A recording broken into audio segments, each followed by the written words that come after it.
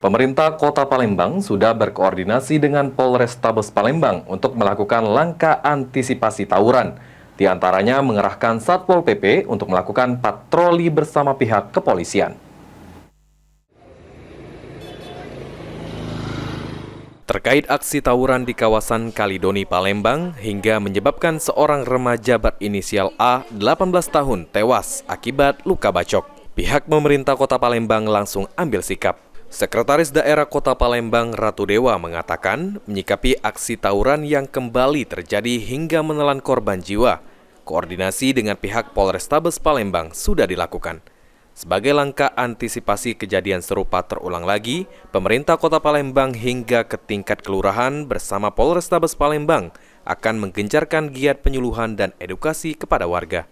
Selain itu, pihak Satpol PP juga akan dikerahkan untuk melakukan patroli dengan berkoordinasi bersama pihak polsek masing-masing. Kemarin memang kita sudah koordinasi dengan Pak Kapolres.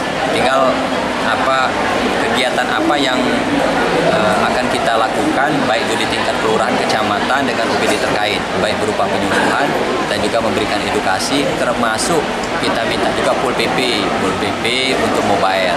Tetapi ini harus kerjasama dengan polsek setempat, dari pihak kecamatan dengan polsek yang ada. Dan juga ini sudah saya bicarakan juga dengan Pak Kapolres.